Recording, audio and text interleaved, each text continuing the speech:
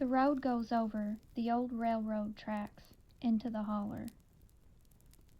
Lick Branch was never for the faint of heart, but around midnight it felt a lot less like a county road and more like a dark road to nowhere.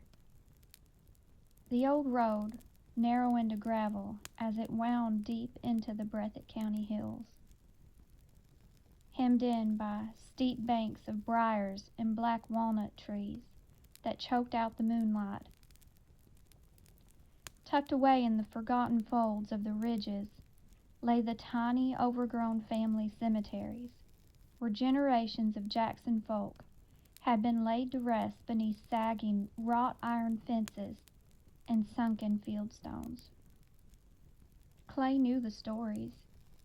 Everyone in town grew up hearing about the restless dead up in the holler. People who had lived and died by hard times,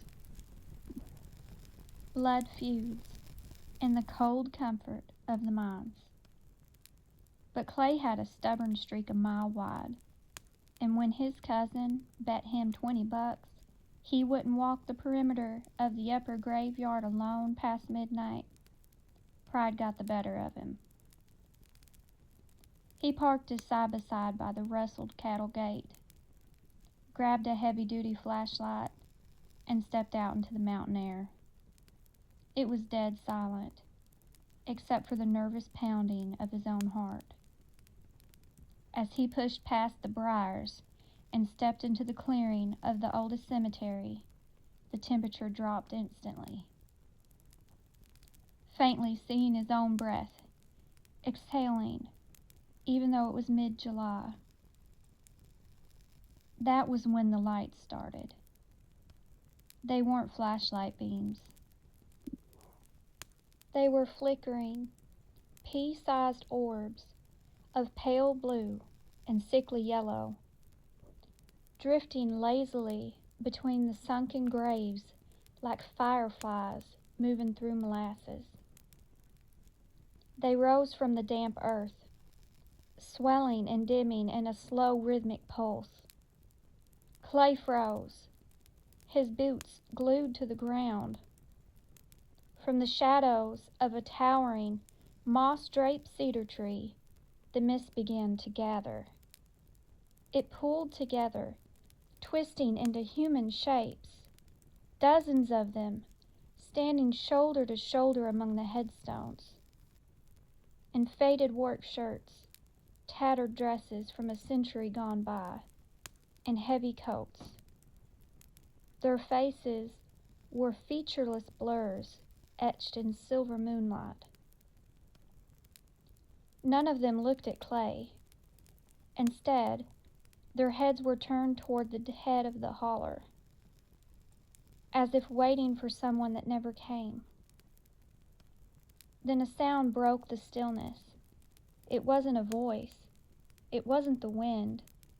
It was the low, collective murmur of a hymn, hummed by hundreds of overlapping hollow tones that vibrated straight through the soles of Clay's boots and echoed in his teeth. Panic seized him. He turned on his heel to sprint back to the side-by-side, but his foot caught on a sunken root. He hit the damp ground hard, dropping his flashlight. The light rolled against a weather-worn tombstone. It began cutting sideways across the grass. In that instant, the murmuring stopped.